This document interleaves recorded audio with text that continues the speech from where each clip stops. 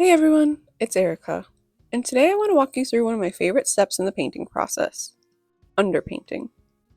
We'll use this piece as our example. The left image shows my underpainting, and the right shows the final work.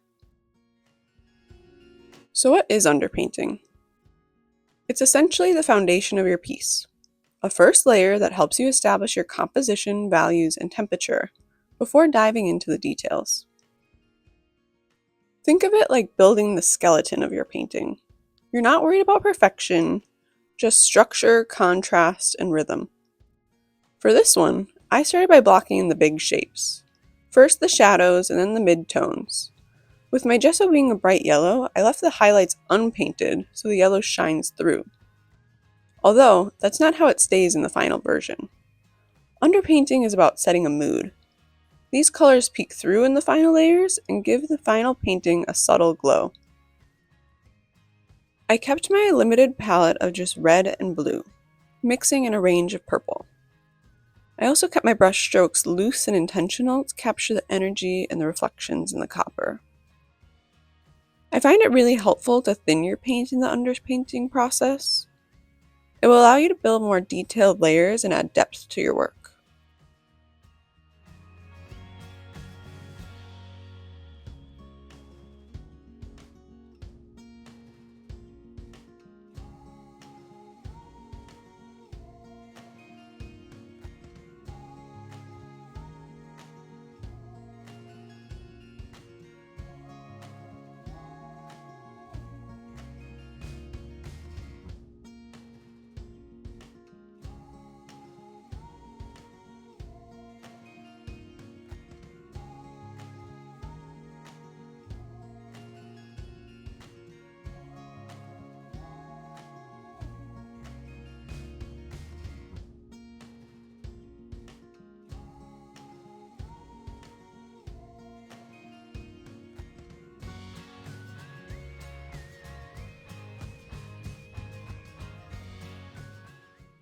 Once I had my values and shapes down, I moved into the refining stage.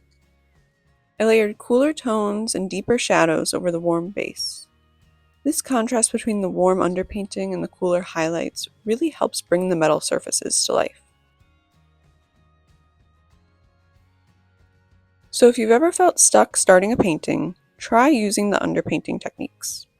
It's a powerful way to organize your ideas, explore color relationships, and add a richness from the very first layer. Now that we've peeked behind the process, let's cut back to our comparison to the finished piece. You can still see hints of that original underpainting shining through. It gives the painting depth and warmth that would be harder to achieve if I'd started straight with the final colors. I hope you found this video helpful, and let me know in the comments if you've ever tried underpainting before, or if you want me to break down my color choices in another video. Thanks for watching, and I'll see you next time.